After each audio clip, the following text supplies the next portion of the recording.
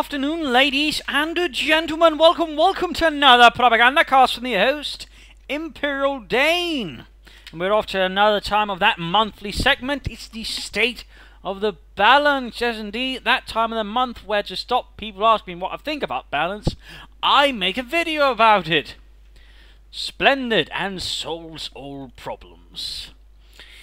I mean, though we're all sort of a bit, start off there. I mean, not an awful lot has exactly changed since last month.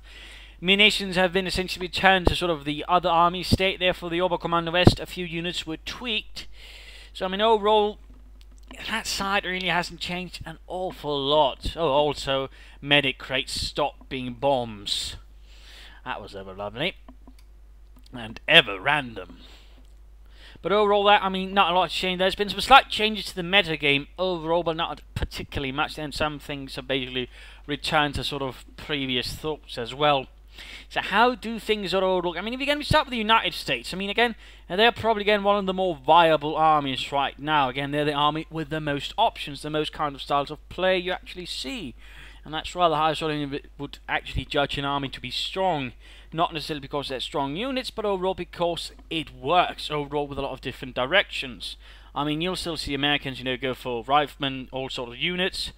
You'll see M20s, 50 calibers, half-tracks, captains, anti-tank guns, howitzers, Stuarts, Majors, Shermans, Jacksons, Scots.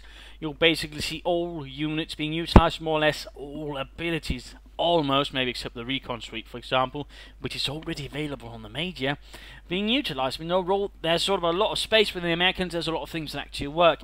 That's not to say it all works, and there are definitely some things that could do with a bit of tweaking, rather than maybe slightly into less impressive territory. But mostly, for example, we're talking, bazookas. I mean, also plenty of BARs for good aggressive play. I'll see grenades, but I don't actually see bazookas. And I think, that might be because it costs 60 munitions, which rather puts in the same range, essentially, for a Panzerschreck from the Panzer Grenadiers, which might be a bit optimistic, admittedly. I'd suggest probably moving it down to 50 munitions, but that's about it. Any cheaper, and you're going to see everybody carrying around a bazooka, and which is not really what we're looking for after either. Mortar half-track for the Americans could also do with a bit of trick. It's still not what you'd call very effective. It still hits about as much as, well, something that doesn't hit an awful lot. So in that department, that could also do with a bit of a fix to maybe make it a bit more accurate. The Dodge truck there available for the Americans, as called in, could probably do with a bit of a kick to the shins to sort of make it less initially impressive. But beyond that, again, the Americans sort of feel nice and flexible, nice and strong, and not predictable. That's really an important thing when you're playing versus the Americans. And again, that's also perhaps what makes them a lot terrifying to play against. But at least, you might actually get surprised. You might say, oh, hey, I might not get something, I'm not expecting here. If we then sort of shift things over to the Soviets, that's not quite the case now, is it? We often see, at least I often see, guard spam, conscript spam, penal spam, spam, X, and spam. Oh wait, wrong sketch, but you get the point. It's a lot of infantry spam, maybe add in a single field gun, and then aim either for T-30-45s or IS-2s. It's a bit of a tricky one. I'm not going to sort of lay it all, Soviets overpowered. To a certain extent, I think it's because, and here again, looking at the Oberkommando West and the Wehrmacht, lacking in viable options compared to the Soviets. But also, I think it's just because call-ins are too bloody effective. In particular for the Soviets. The T-35 call-in, it costs about the same as to get for, actually probably costs less for, say, a German player to get one Panther. And it's two tanks with the same amount of health as a Panther, maybe less armor, maybe less penetration, but all same damage, and you also get an ability to increase the damage done on tanks. Overall, it's a pretty nasty thing, in particular when you already are throwing guards, infantry, and conscripts at the opponent, and for example against the Oberkommando West. That's actually a problem, because a lot of the Oberkommando West has is surprisingly, until the Panther, vulnerable to the guards infantry. So there are definitely some headaches that run there. And again, a part of me would say it's probably because the T-35 is a bit too effective, in particular the Guards Motor Commander might be a bit too effective, but I'm not just going to lay it solely there. It's a bit cheap just to say, oh, the Soviets are overpowered. I also think it's just because a lot of the stuff, again, for the Germans, doesn't quite work. I mean, you rarely see a Soviet player sort of really being challenged nowadays, in particular when playing against the Oberkommando West. There's not really a lot that can be per se done. So that to a certain extent also just makes things easier for the Soviets. Not to say like the T-34-76 is bad, quite opposite. I've seen them knock out Panthers reasonably easy under their skilled commanders, and T-70 still will work wonders against infantry. The Su-5, well, it's barely needed, because half the time you won't be needing it, because the enemies might have a single tank which a T-34's field guns can deal with easily. Of course, the Su-6 still needs some kind of fix, but beyond that, I mean, there's not really a lot to remark upon there. I mean, it's, you know, there, it exists. And still, you know, needs to do something more. The Katyusha sort of got a bit of rival there, with sudden getting out, quite impressive. It got a bit of a nerf. I'm pretty sure it's still useful, but, you know, it's just not, you know, the bringer of rocket-related doom upon the foes of Comrade Stalin and the Soviet people. So in that regard, you know, it's a bit less impressive, but I think still overall workable, and still probably more workable than it was previously. But again, you know, who cares when you just easily go for heavy mortars, T-35s, and Guards Rifle Infantry in particular versus the Oberkommando West. So to a certain extent, some tweaking might be needed, but overall, I actually think the issue lies in, you know, broadening the possibilities of the Germans, Oberkommando West and Wehrmacht both, because again, the problem is to a certain extent the Soviets can easily apply a heavy pressure and easily then go for the T-35s, because until then, well, they're not going to be challenged. They're not going to, in most cases, be, you know, threatened with large amounts of armor to sort of, you know, make them say, oh, maybe I should not have waited all that time for T-35s. So that's just a slight thought there in that department. I mean, I could be wrong. I mean, there might be something that also could do with more tweaking from the Soviets, something could make more viable, but again, I mean, currently I'm just seeing lots of spam, so, you know, I'm rather more tempted to think, you know, something else is not working properly in other departments. That's sort of a quick comment there. And then sort of moving over to the Germans. Again, the Wehrmacht, it's still largely the same. Tier 4, for example, is simply put not really worth it. I mean, again, most players will go for the Tiger because, well, more or less, getting one Tiger is cheaper than getting one Panther. There's all the logistics involved, and it's almost, in fact, more or less the same price as getting one, or at least the first Panzer IV. I mean, when you have that kind of dichotomy, it's not hard to understand why a German player in most cases is under a lot of pressure, because again, you know, Tier 1 is all they have to rely to, Tier 2, except the Pack 40 isn't that strong. I mean, they'll just go for Pack 40s and pray to dear God they can get a Tiger in time before they're wiped off the field, and half the time it'll work because for some reason, of course, the opponent never prepares for it. But, you know, that's largely it, or it's, you know, oh, they just managed to sort of right, goes for Panzer IV spam. That's it. Or I'm playing, in which case I go for a bunch of assault guns. But still, the options are limited. And I think to a certain extent that's because Tier 2 might be a bit weak. I mean, in particular the Panzers, but again I've said that's because they can't project the damage.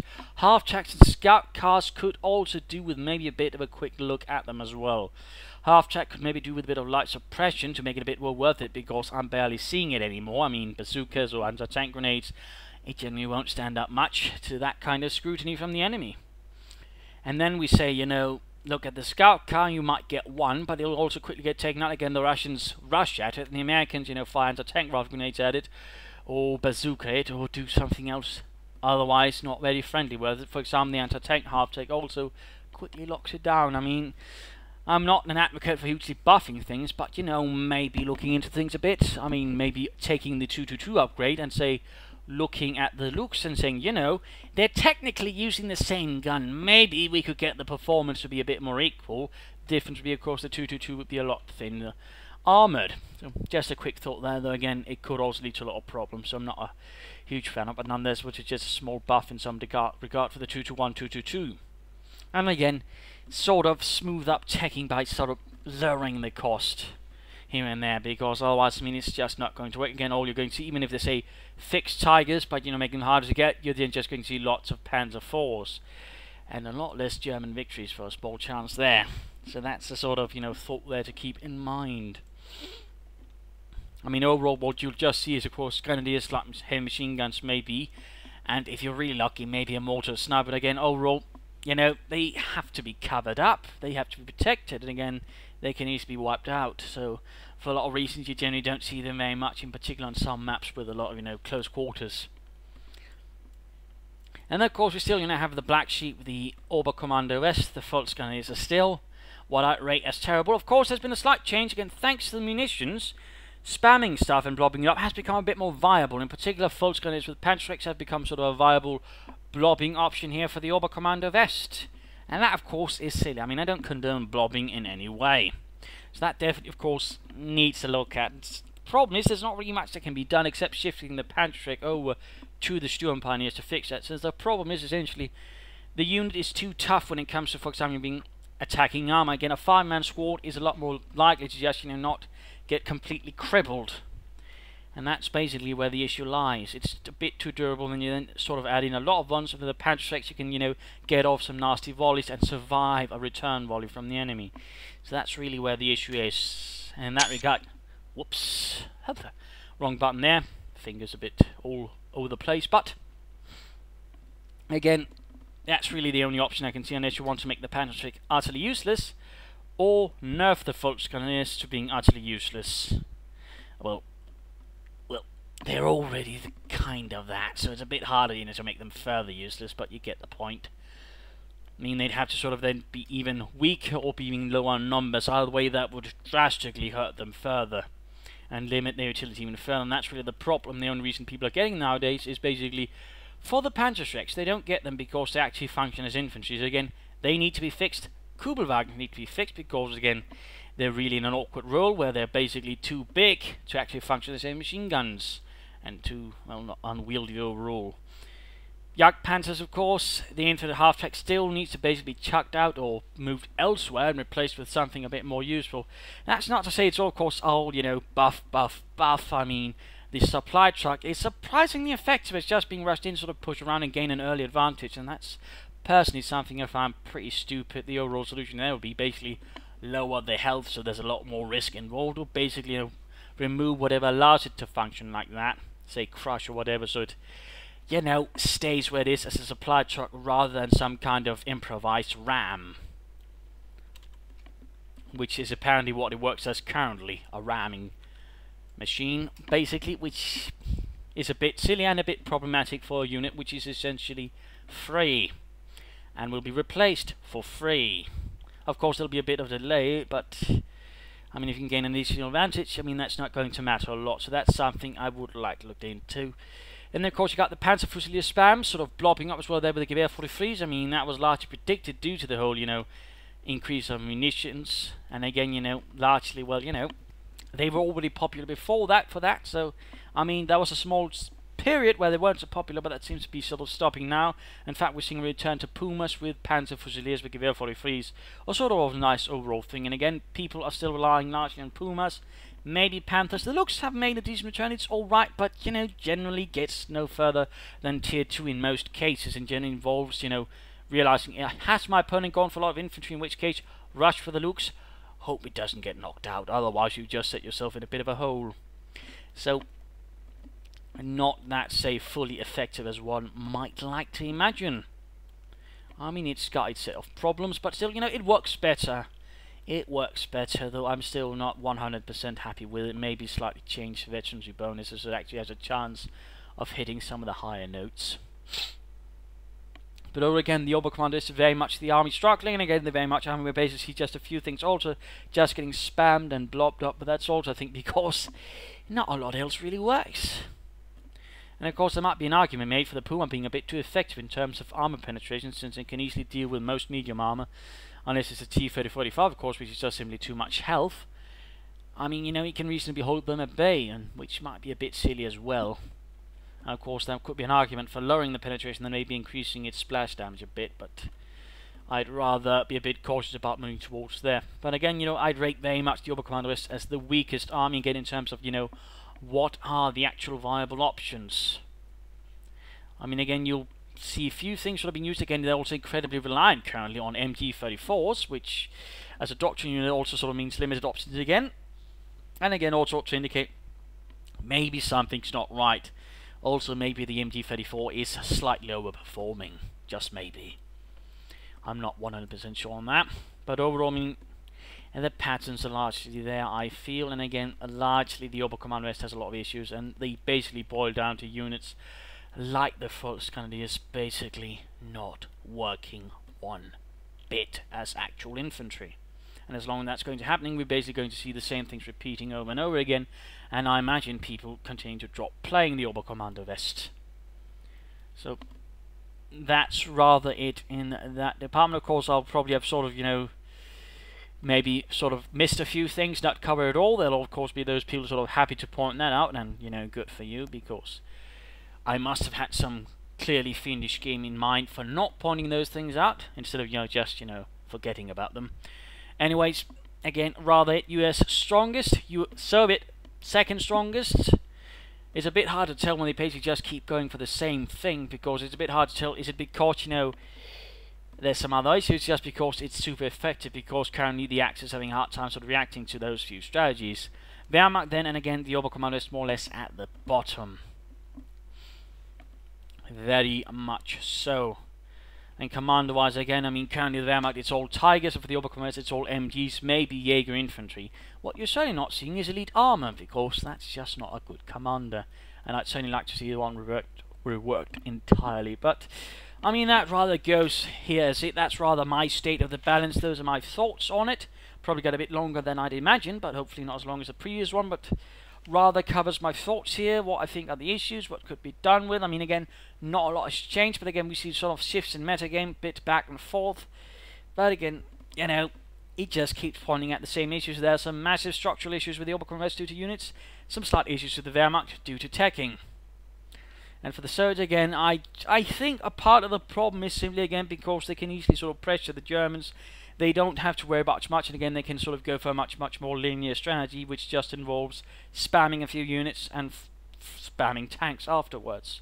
And again, for example, Guards infantry can negate a lot of what the Oberkommando West has early on. So that, for example, makes things a lot more bloody difficult. So there you go. I hope you enjoyed this video. I hope you liked it. I hope you might enjoy it. Of course, in which case, you know, spread the news, let everyone see it, discuss it. Have your own opinions, of course, have your own thoughts. If you don't like it, that's also fair enough. You know, feel free to discuss, disagree, explain why you disagree, and not resort to insult, because in that case, you know, there are other places for that. And otherwise, you know, share, like, subscribe, and also kindly turn off Adblock if you're using that. That would make me reasonably happy. This is Imperial Dane saying cheers, and thank you all for watching.